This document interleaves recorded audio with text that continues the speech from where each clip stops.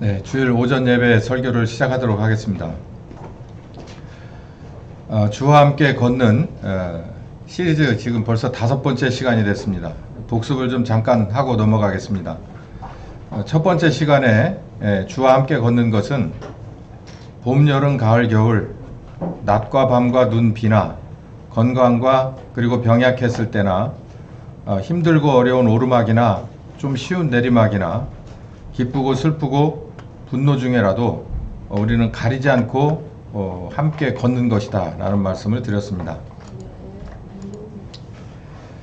두 번째 시간에는 마태복음 10장 32절에서 33절 그 어떤 상황에서도 사람들 앞에서 내가 예수를 그리스도로 받아들인 사람, 아버지 하나님에 의해서 그리고 성령님에 의해서 살아가는 사람, 바로 이걸 시인하는 그런 사람이어야 우리 예수님께서 아버지 하나님 앞에 심판대에서 우리를 시인해 줄 것이다. 아멘. 세상에서 똑바로 안 살고 이리저리 차일필 미루거나 외면하는 그런 삶을 살다가는 우리 주님 앞에 가서 큰일 날 거다, 이런 얘기를 드렸습니다. 세 번째, 지금은 추수의 때입니다. 한 집 한 집, 한 실 한 실 다 방문하면서 예수님이 십자가를 지신 그 공로와 효과로 얻을 추수를 계속 하시는 그런 시가전이 벌어지는 때다. 전쟁터다, 이 말씀을 드렸어요. 올바른 성경적인 애국심은 무엇이냐, 정치적인 관점에서 교회가 얼마나 중요하냐 얘기를 했습니다. 지난주에 네 번째 시간에는 예수님이 주신 새 계명과 새 율법이 있다. 계명은 무슨 수를 써서라도 반드시 지켜야 되는 우리들의 필수 의무다. 사랑은 곧 책임감이다. 이렇게 제가 정의를 내려드렸습니다. 요한복음 13장 34절에서 35절까지 있는 예수님의 새 계명과 새 율법은 그냥 지키려고 해서 되는 게 아니다. 구약의 1계명부터 10계명까지 있는 것처럼 구약의 사람들이 나름대로 최선을 다해서 자기의 뚝심 가지고 그리고 교육을 가지고 덤볐지만 그건 되는 게 아니었습니다. 마찬가지로 예수님께서 주신 이 사랑의 계명도 그런 식으로 접근해서는 할 수 있는 일이 아니다. 사람의 그 온갖 지혜와 그리고 열심과 특심을 가지고 되는 일은 아니고 사랑도 받아봐야 사랑을 베풀 줄 안다. 예수님이 내가 너를 사랑한 것처럼 이라고 한계를 정해주셨는데 그 한계가 어떤 건지를 우리가 똑바로 모르면 예수님이 원하는 그 정도의 계명을 지켜낼 수 없다. 그래서 요한복음 15장 9절에 성령께서 가르쳐 주시는 진리의 영이 우리에게 오셔서 예수님의 사랑이 너에게 얼마나 크신 건지, 깊고 넓은 건지 각 상황에 따라서 다 가르쳐 주신다. 우리가 그 사랑을 모르면 사랑의 계명을 못 지킨다는 얘기예요. 그러니까 사랑의 계명을 주셨고 그 사랑의 계명을 지킬 수 있는 방법을 우리에게 주신 것이 바로 성령께서 오셔서 여러분 안에 거하시면서 예수님이 여러분을 얼마나 사랑했는지를 충분히 가르쳐 주신다. 그대로 사랑해라 라는 얘기입니다. 이게 왜 이렇게 중요하냐면 구약에서 비록 구약이었지만 모세라고 하는 걸출한 인물이 나라를 얼마나 사랑했나 봤더니 출애굽기 32장 30절에서 32절까지에 보면 자기가 40일을 금식하러 올라갔는데도 이들이 밑에서 한 뻘짓이 정말 입에 올릴 수도 없고 감정이 정말 극에 달하는 그런 나쁜 짓을 했음에도 불구하고 하나님 앞에 나가서 자기를 생명책에서 지워주시고 이 백성을 한 번 더 기회를 달라고 기도한 사람이에요. 바울도 나라를 사랑했습니다. 항상 바울은 유대인 중에 유대인, 히브리인 중에 히브리인이고 공부도 충분히 할 만큼 한 사람이었습니다. 그리고 무시 못할 그런 당시에 가문의 그런 아주 중요한 아들이었지만 정말 그대로만 가만히 있었으면 예수를 그리스도로 받아들이지 않은 그 사건만, 다메섹 사건만 없었으면 바울처럼 그 당시에 잘 나갈 정말 그런 사람도 없을 거예요. 그런데 예수님을 그리스도로 받아들이고 나서 이 사람은 자기를 위시해 줬던 사람들에게 그 사람들에게 쫓기는 신세가 됐고 그 사람들 때문에 결국은 사지로 내몰려서 순교회까지 이르게 됩니다. 그럼에도 불구하고 로마서 9장 1절에서 3절까지 우리 동포들을 위해서라면, 내 자신이 저주를 받아 그리스도에게서 끊어질지라도 나는 그들을 위해서 모든 것을 다 바칠 거다라고 하는 이 각오를 가진 이런 아주 나라 사랑에 극에 달한 사람이었습니다. 모세도 바울도 공통점이 있는데, 사랑할 대상이 나라였는데 그 나라가 모세나 바울의 사랑의 의도를 1도 알아주지 않았어요. 오히려 쫓아다녔고 비방했고 죽이려 덤볐습니다. 그럼에도 불구하고 이들은 사실 목숨을 다 걸고 아버지 하나님이 부르신, 그리고 성령님과 함께 그 길을 감으로 인해서 자기가 할 수 있는 최선의 나라 사랑을 다했다는 거예요. 어디서 이런 사랑이 나올 수 있겠는가? 아까 말씀드린 대로 이 계명을 지킨 사람들인데, 보혜사 성령께서 가르쳐 주시지 않았다면, 이들도 예수님이 얼마나 나를 사랑했는지를 몰랐다면 이런 사랑 나올 수가 없을 거다. 우리나라의 초대 대통령이신 우남 이승만 대통령도 똑같은 레벨입니다. 그는 퇴역한 왕족이었지만 결국은 나라를 살려보자고 왕조 이제 퇴진 운동을 벌이다가 감옥에 가서 사형수로 복역하고, 그 가운데서 예수님을 구주로 영접한 뒤로 무언가가 그 안에서 한 5년 동안 일어났는데, 어마어마한 일이 그 안에서 일어나고 나서 이 우남 이승만 대통령은 나라를 사랑했습니다. 예수님이 자기를 사랑한 만큼. 그분의 삶은 여러 가지 그 사랑을 우리에게 증거해 준 수많은 현대시대의 많은 역사학자들이 어떻게 그런지 모르겠지만 그 왜곡시켜 놓는 그런 많은 것들 중에서도 이렇게 지금 새롭게 밝혀지는 것들이 있는데, 그 중에서 제가 지난 시간에는 33년 동안 무국적으로 살았던 바로 이런 이야기를 제가 했습니다. 이순애라고 하는 사람이 책을 썼어요. 그래서 이렇게 여기 2005년도에 책을 썼는데, 우남은 미국 국적을 충분히 받을 수도 있는 사람이었습니다. 받아서 본인에게 나쁠 것도 하나도 없습니다. 제가 미스터 선샤인 예를 들었잖아요. 그럼 그 사람은 캡틴 초입니다. 뭐 일본 그 세관이나 이미그레이션을 그냥 팔을 꺾어버릴 정도로 그 당시 권세가 시댔어요. 그 우남 이승만 대통령도 미국 시민권자로서 박사학위를 가지고 있는 사람으로서 얼마든지 국무부 장관이든지 대통령이든지 특사든지 뭘로든지 편지 한 장이면 뭐 우리나라뿐만 아니라 일본뿐만 어디서도 꿀릴 일이 전혀 없습니다.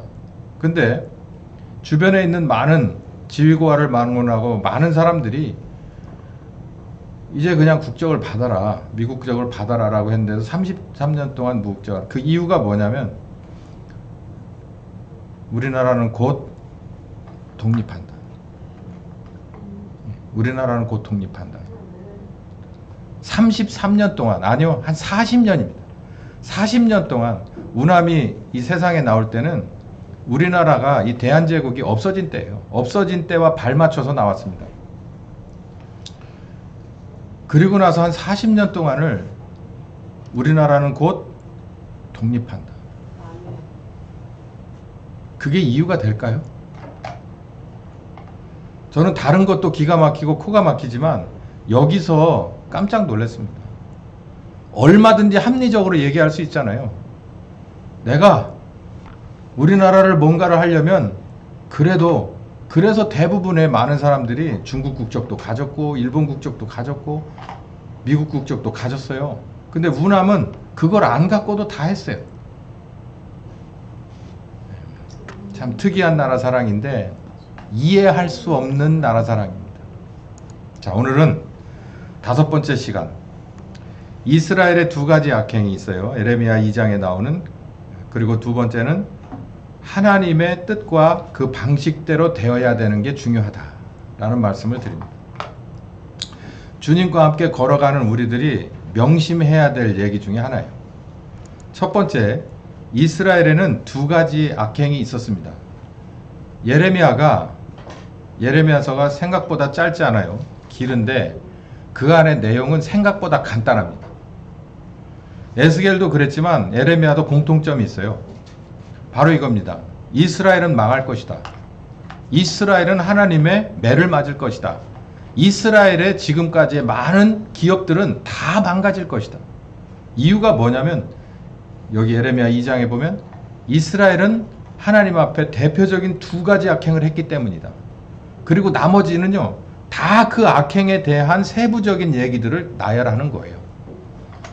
그리고 두 번째는 이스라엘은 다시 회복될 것이다. 다 부수고 나면, 매를 다 맞고 나면, 그리고 다들 자각하고 그리고 각성하게 되면 남은 자들 가지고 다시 시작할 거다. 이런 얘기예요. 이게 바로 에스겔도 그리고 에레미야도 공통점입니다. 자, 두 가지 악행이 뭘까요? 한번 본문을 읽어보겠습니다. 11절 시작. 우리 어느 나라가 그 신을 신 아닌 것과 바꾼 일이 있느냐? 그러나 너희 백성은 그 영광을 무익한 것으로 바꾸었도다. 13절 내 백성이 두 가지 악을 행하였나니 곧 생수에 근원된 나를 버린 것과 스스로 웅덩이를 판 것인데 그것은 물을 저축지 못할 터진 웅덩이니라. 자, 18절 네가 시올의 물을 마시려고 애굽길에 있음은 어찌미뇨? 또 그 하수를 마시려고 아수르길에 있음은 어찌미뇨? 내 악이 너를 징계하겠고 내 패역이 너를 책망할 것이라. 그런즉 내 하나님 여호와를 버림과 내 속에 나를 경외함이 없는 것이 악이요 고통인 줄을 알아라. 주 만군의 여호와의 말이니라. 정리를 해보면 첫 번째, 살아있는 신을, living God, 살아있는 신을 신이 아닌 것과, 여기 에스겔 예레미야를 쭉 읽어보다 보면 나무, 통나무 덩이를 조각도로 깎아놓고 이리저리 아로새겨서 만든 우상을 말한다고 거기에 자세히 나옵니다.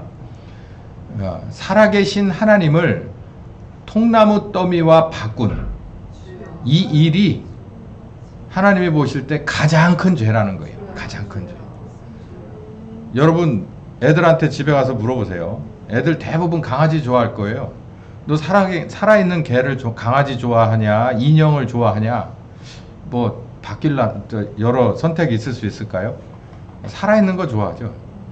부모들은 인형 좋아하죠. 왜? 밥 줄 필요도 없고 똥 치워줄 필요도 없으니까. 근데 살아있는 게 아닌 거는 그냥 말 그대로 그냥 무생명체예요. 하나님도 마찬가지예요. 하나님도 살아있는 하나님을 어떻게 나무 토막하고 바꾸냐 이거예요. 여기 보면 본문에 보면 그 어떤 나라가 그러냐는 거죠. 기가 막힌 일이다. 니네 가만히 생각해봐라. 그 어떤 나라에서 이런 경우가 있어. 살아있는 하나님을 통나무 더미하고 바꿀 수가 있는 거야. 이렇게 얘기하고 있는 거야. 생수의 근원이 나인데 니들은 나를 버리고, 그리고 더 기가 막힌 것은 웅덩이를 파는데 그것은 물을 저축하지 못할 터진 웅덩이를 파. 이게 얼마나 기가 막히고 코가 막히는 얘기냐면, 여러분 우물을 보셨어요? 우물을 보시면 밑에서 이렇게 솟아나는 이걸 생수라고 하죠. 지하수.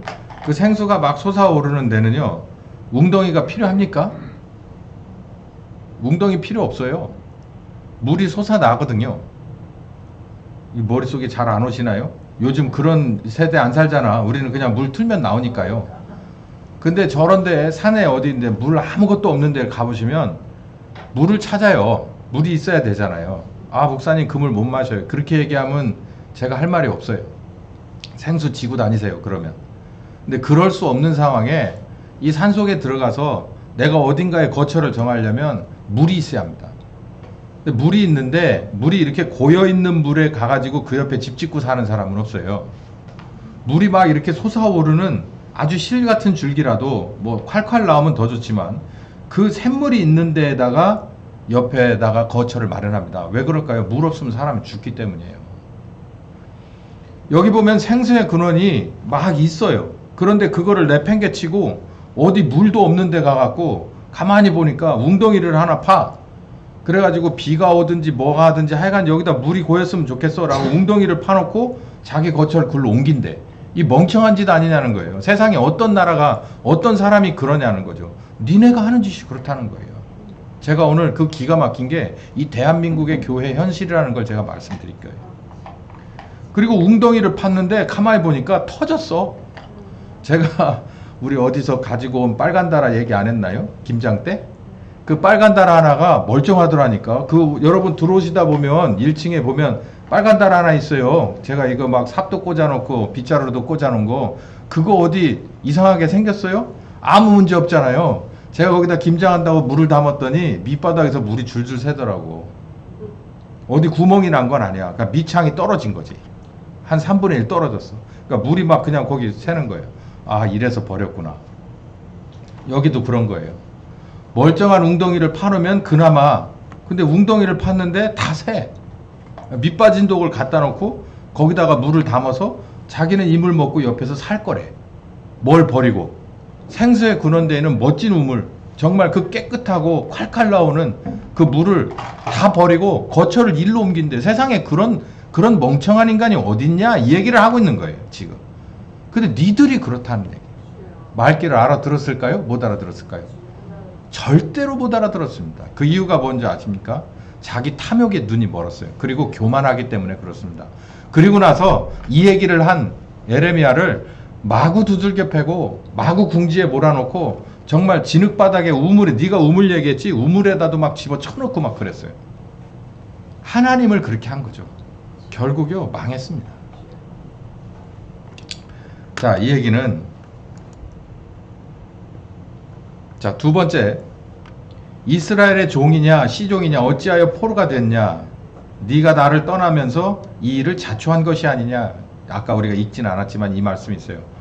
이스라엘이 종이냐 시종이냐는 이스라엘이 원래 하나님과 언약된 자유한 백성이고, 그리고 400년 동안 종살이 하던 데서 하나님이 풀어준 백성인데 어쩌다 니들이 포로가 됐냐라는 얘기예요. 이 시점에서 포로라는 건 뭘 말하느냐면은 무언가에 얽매여서 사는 것을 포로라고 합니다. 이 뒤에 이제 바벨론 뭐 아수르 해서 나라가 망하고 포로로 잡혀가기도 합니다만, 여기서 지금 이 예레미야가 말하고 있는 포로는 시올의 물을 마시려고 애굽길에 포로가 돼 있고, 그리고 아수르의 그 하수를 마시려고 아수르길에 포로 잡힌 바로 그 상태를 논하고 있는 거예요.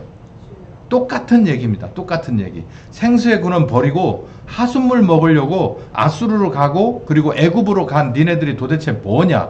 니네는 정말 타고난 종이구나. 종의 근성을 왜 이렇게 못 버리냐? 이런 얘기를 해요.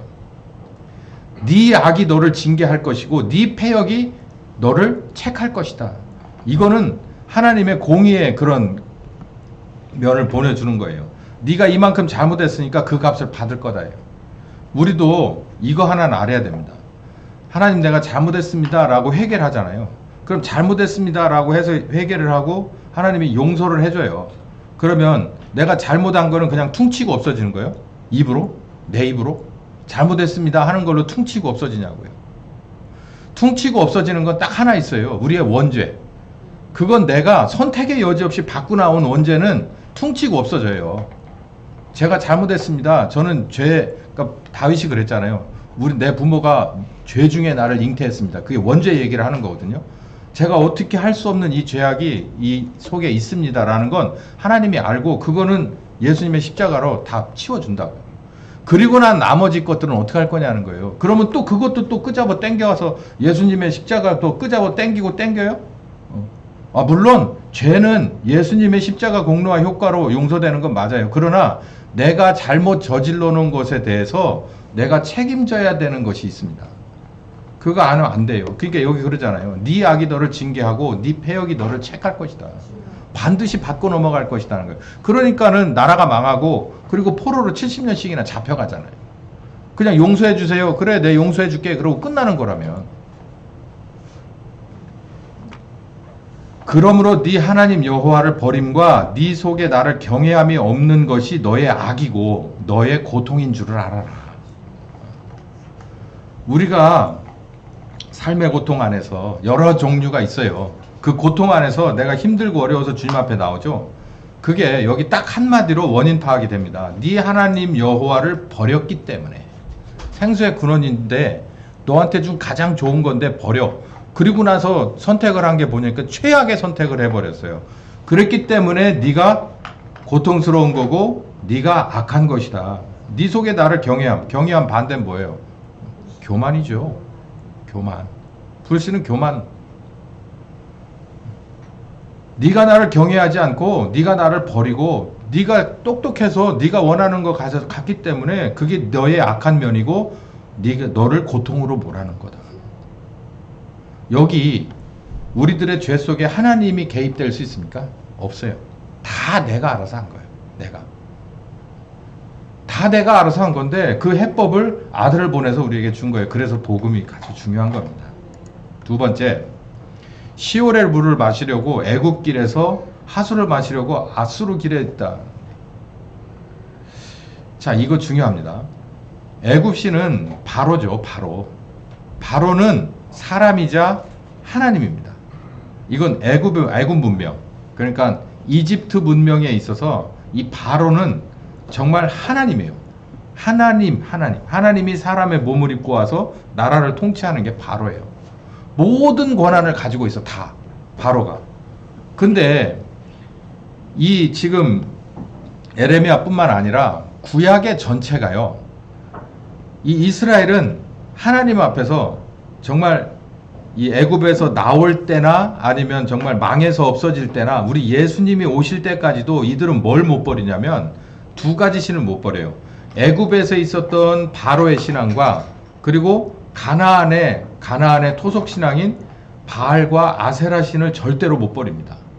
오늘 제가 여기 오전에 중점을 둘 설교는 바로 여기에요.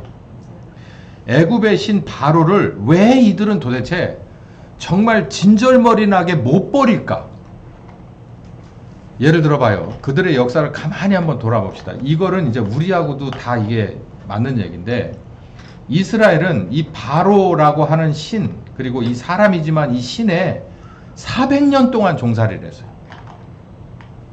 그러면 우리 같으면 애굽에서 나와서 하나님이 10가지 재앙을 정말 눈앞에서 다 보여주고 광야로 나왔으면 애굽에 관한 것은 정말 진짜 그쪽으로 소변도 안 볼 거 아닙니까? 400년 동안 종살이를 했잖아요. 자기네들의 영을 지배했고 자기네들의 삶과 문화, 모든 언어, 모든 것을 다 지배했어요. 뭐까지 지배했냐면 출산하는 자유까지도 지배를 했어요. 사내 아이들 낳으면 다 죽이고 계집 아이들은 놔두라는 거예요. 이게 도대체 말이 되는 겁니까? 이게 도대체 생각이 없는 것 같죠? 그 400년 동안을 그랬으니 가만히 생각을 해보세요. 한 30년을 한 세대라 볼까요? 한 50년을 볼까요? 그래도 도대체 몇 세대를 여기서 이러고 있는 겁니까?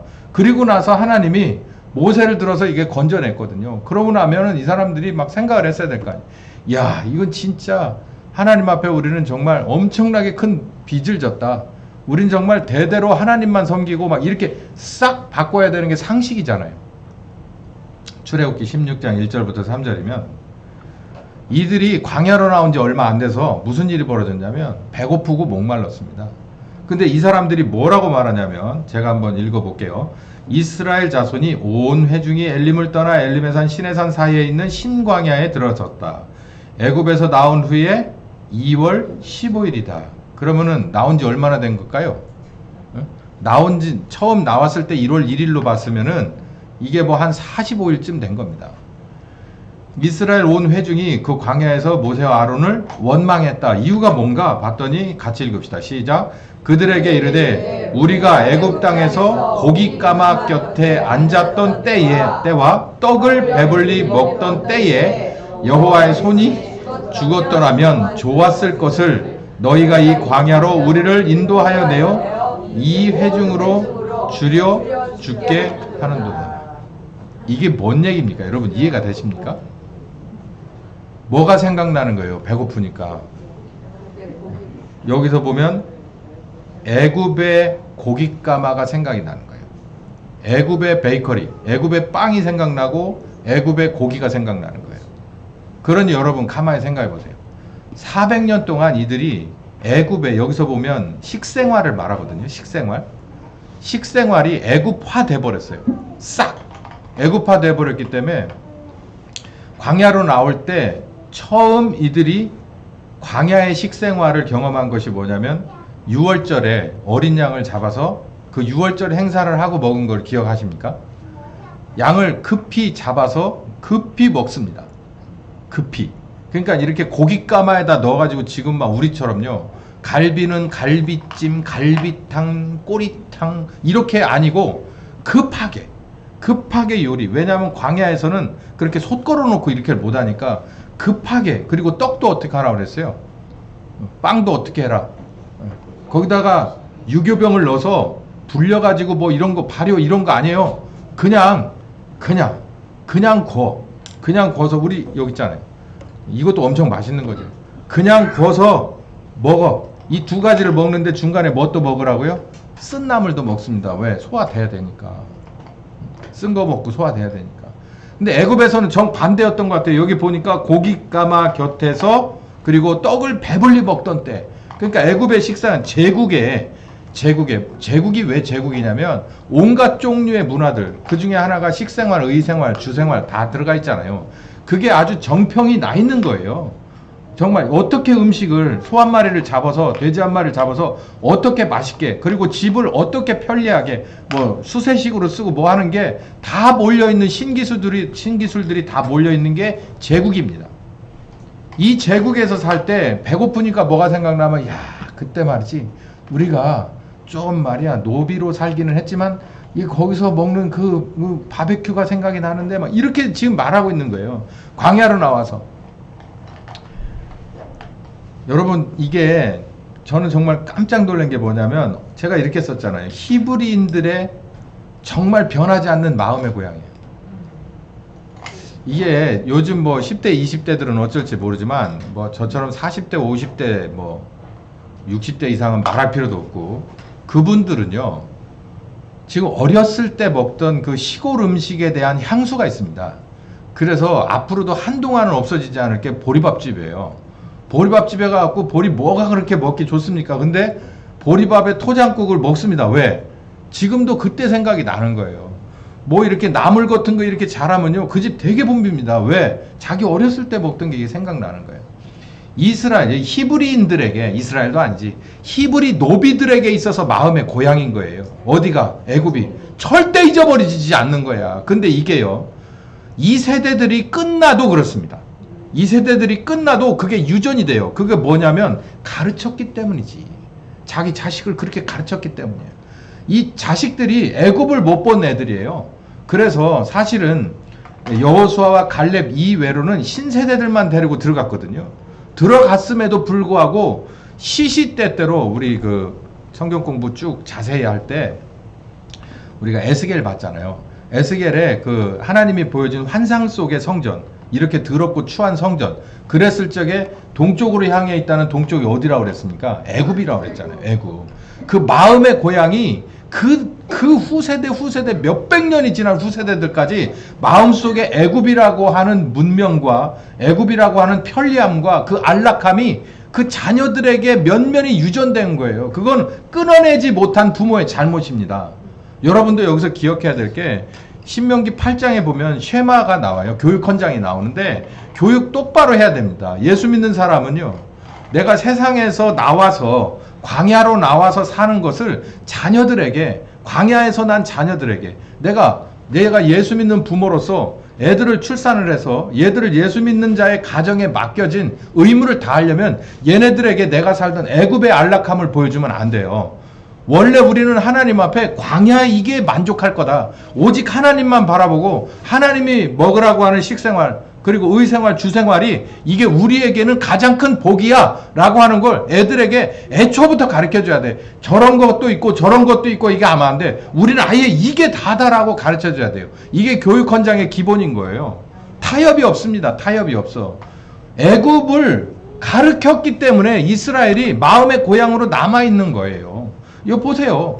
좀 며칠 좀 밥 먹는 게 현찮고 그렇다고 와가지고서 여기 보면 온 회중이 와가지고 모세와 아론을 원망했다는 건 사람한테다가 항의한 게 아니에요. 하나님 앞에 항의한 거라고. 모세와 아론이 그냥 듣고 흘리면 그만이지만 하나님 앞에 한 거란 말이에요. 하나님 앞에 와가지고 그 고깃가마 뭐 얘기하면서 계속 얘기하는 하나님이 그 고깃가마에서 너희들을 끌어내려고 6월절 어린 양이 너희들을 위해서 죽었는데 그게 예수님의 예시잖아요. 지금 신약시대도 마찬가지예요. 내가 예수 믿고 이러고 사는데 내가 왜 이러고 이렇게 됐을까요? 라고 얘기를 하면 하나님 앞에 그 불평이 그대로 올라가는 거예요. 내가 너를 위해서 내 아들을 잡아 바쳤는데도 너는 뭘 더 달라고 그러는 건데? 라고 얘기하는 거예요. 그 애굽의 고깃가마가 좋으면 걸로 가! 이 말이에요. 뭐 소리 지르지 말래요, 우리 집사람이.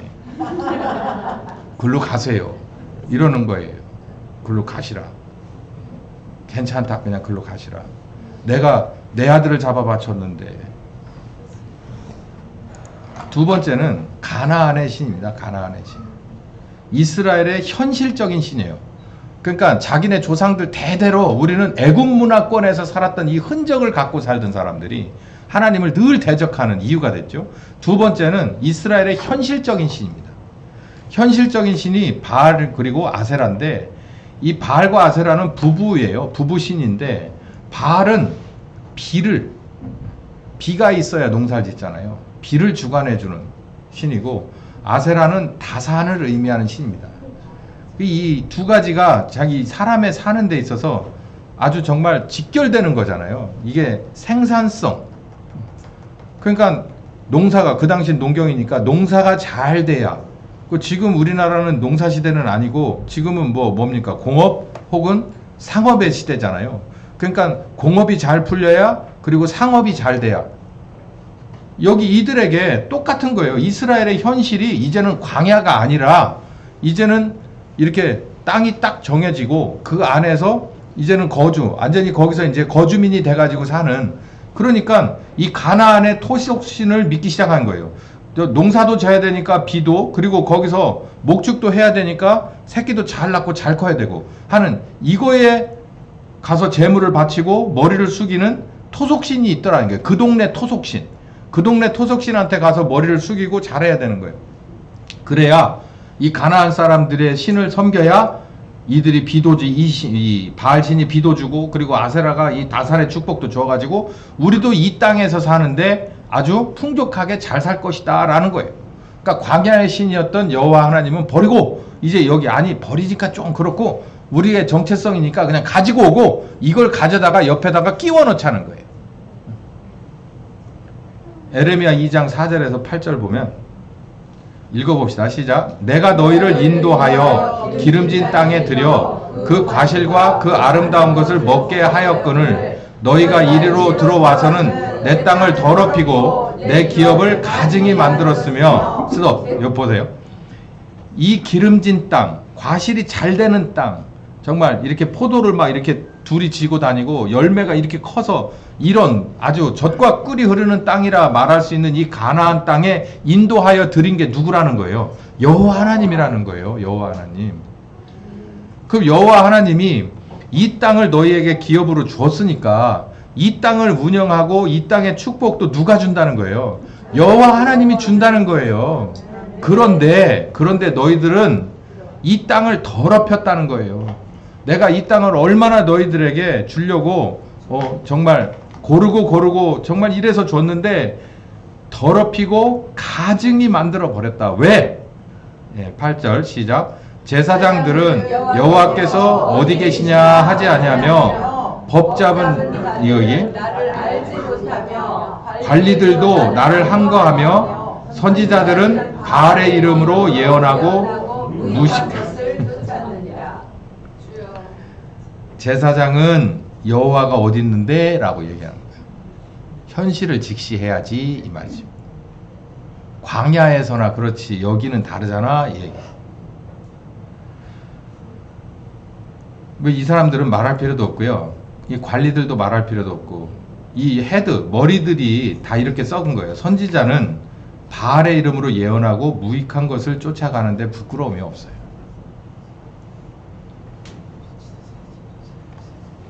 제사장이 썩었고 선지자가 썩었어요.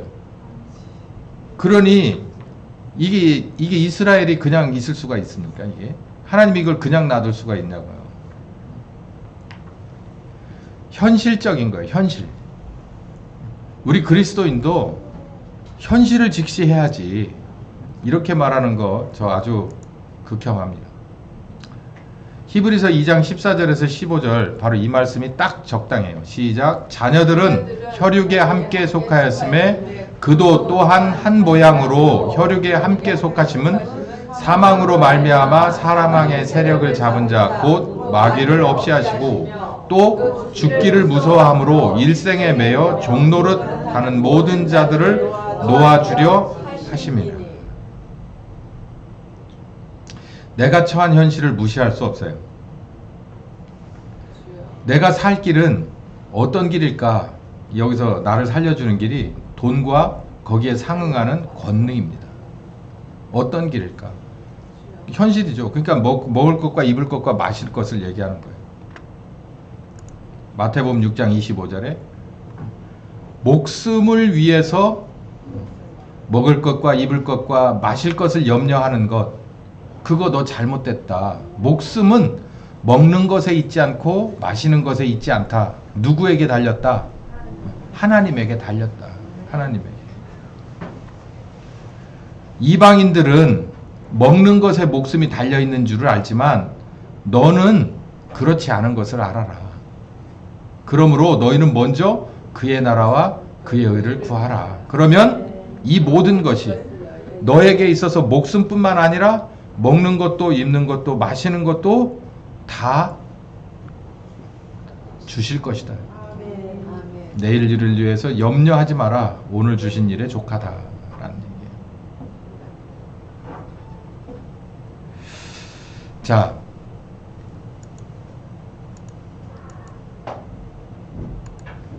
여기 얘기를 좀 잠시 하고 오늘 설교를 마칠게요. 21세기형 바알과 아세라는 뭘까요? 지금 21세기형 바알과 아세라가 어디에 있느냐면 교회 밖에 있는 게 아닙니다. 교회 안에 있어서 문제인 거예요. 이게 개인의 신앙의 여정 가운데서도 이게 어느 정도 선까지는 참 정말 순수하고 열정적으로 신앙생활 하다가 어느 정도 선 되면 여기서 현실을 직시하게 되고 그 현실에 맞춰서 신앙생활을 하게 되는 게 문제입니다. 교회도 마찬가지고 이게 큰 흐름에서 이 대한민국의 영적인 역사도 마찬가지인데요. 여기서 우리가 잘 알아야 될 21세기형 바알과 아세라는요, 요런 겁니다. 숫자와 부피, 그리고 실용주의라는 것, 그리고 성장과 축복이라고 하는 것에 좌우될 때입니다. 그러니까 바알과 아세라는요, 여기에 다 들어가요. 숫자와 부피. 아세라가 다산의 신이라고 그랬잖아요. 다산. 옛날에 우리도 농경시대 때는 아들 많이 낳아야, 아들 낳아야, 뭐 땅이 좁겠더라도 아니면 넓으면 더, 아들이 많이 나와야 다 맡아서 농사를 짓고 책임을 질 거 아니에요.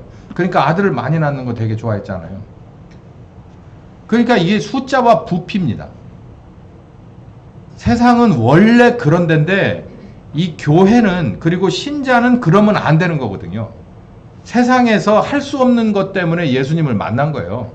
그래서 우리는 그 예수님을 구주로 섬겼는데 이게 어느 정도 선에서 숫자와 부피가 눈에 들어오기 시작했을 때 문제가 되는 겁니다. 야, 이게 최소한 100명은 돼야지 라고 얘기하는 거예요. 근데 2명 가지고 되겠어? 이러는 거예요. 숫자의 앞에서 그냥 그 숫자 때문에 뭐를 무시하는 거냐면 하나님을 무시해버리는 거예요. 이게 21세기형 바알과 아세라입니다. 그러면서 여기 제가 안 썼는데요. 이게 합리주의가 있습니다. 합리. 과학과 합리주의가 있어요. 지금은 과학의 시대고 합리주의의 시대예요. 과학 중에서도 정말 신자를 무력화시키는 아주 확실한 방법이 2가지가 있는데 하나는 의학이고 하나는 경영학입니다. 의사 앞에서 목사부터 시작해서 모든 신자는 다 무너져요. 목사가 설교를 합니다. 모든 생명은 누구 손에 달렸다고요? 하나님 손에 달렸어요. 하나님이 보내고 하나님이 데려간다는 거예요. 그리고 성경을 보면 예수님이 와가지고 정말 큰 병에서부터 작은 병까지 다 안 고치고 못 고치는 병이 없어요.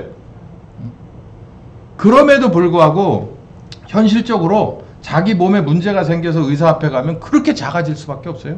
맹목적으로 따라갈 수밖에 없어. 앉으라면 앉고, 일어서라면 앉고, 일어서고, 뒤집으라면 뒤집고, 주사 맞으라면 맞고, 약 먹으라면 약 먹고.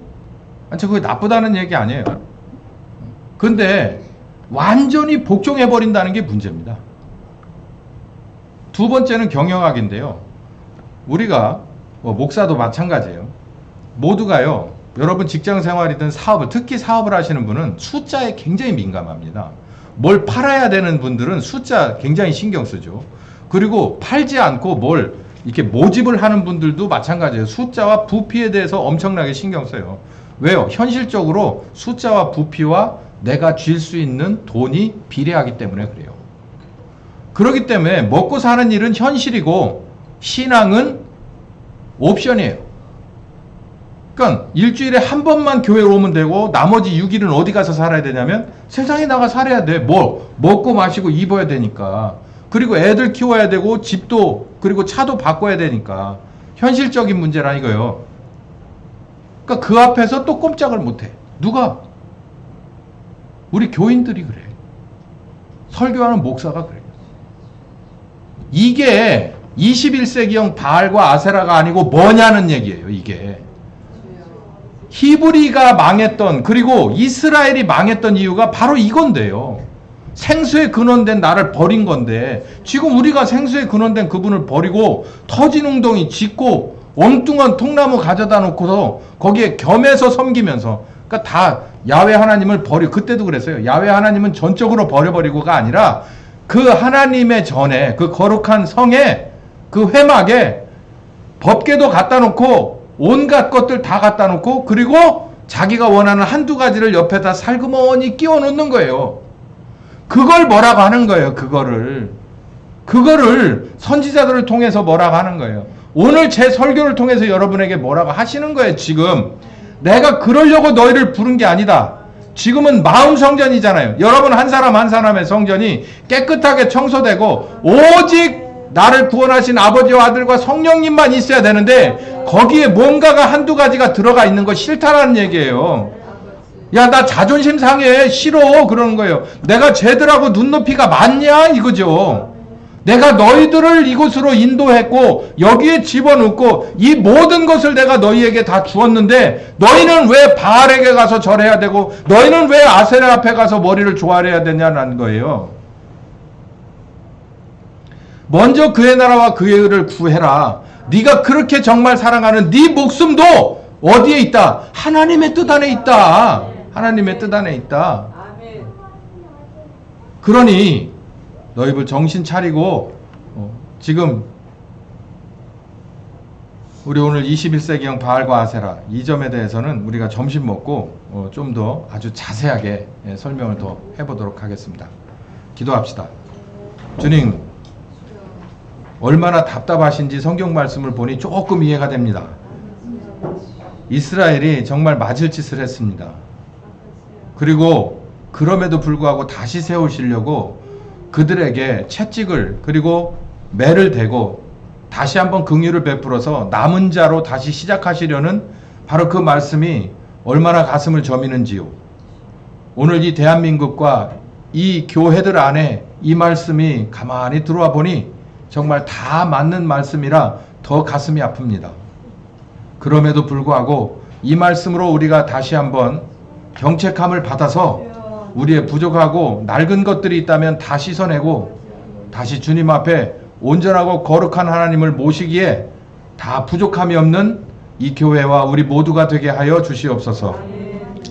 지금은 우리 주 예수 그리스도의 은혜와 아버지 하나님 극진하신 사랑하심과 성령님의 교통하시는 역사가 이 귀한 말씀 따라서 고칠 것 고치고 내쫓을 것 내쫓고 버릴 것 버려서 걸어가신 하나님 앞에 올바로 서기 원하는 한 10년과 가정과 교회 위에 병석에 있으며 병마에 쫓기며 근심하고 걱정하는 모든 일들과 함께 하시기를 예수 그리스도의 이름으로 축원하옵나이다. 아멘.